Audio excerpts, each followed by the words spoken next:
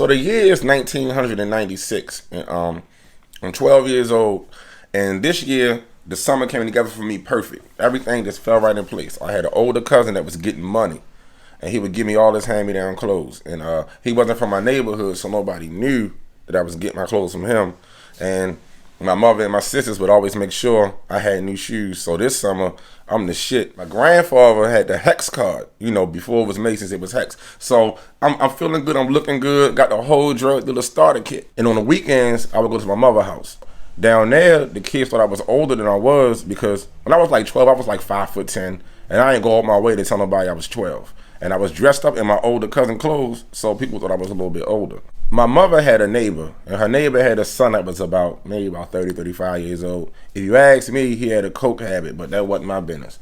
And he had a girlfriend about maybe 19, 20 years old, and she was sitting on the porch, and he would always just leave with his homeboy and be gone all night, and she would sit outside and kind of vent to me about stuff. So one day, she was like, "How old are you?"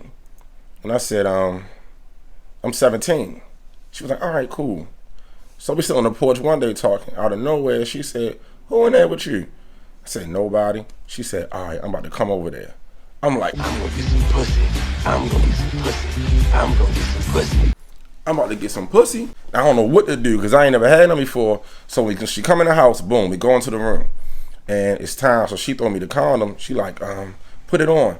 I'm like, shit, because I had sex ed, but I refused to put a condom on a banana. I was like, fuck that. I'll figure it out when it's time.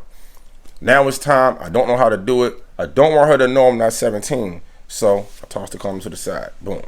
So now it's time to take her bra off. And when I go to take her bra off, all right, in movies, you know, it's a lot different.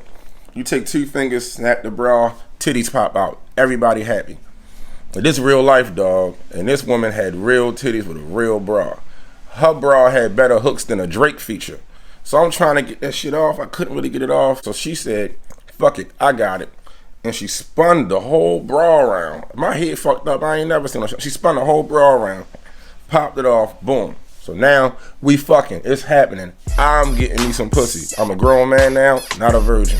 As soon as we get done, we could hear her boyfriend coming down the block. You know, he loud, he talking to neighbors, he rapping, he doing all kinds of crazy shit that niggas do. When I think he was high off cocaine. But either way, that's not my business.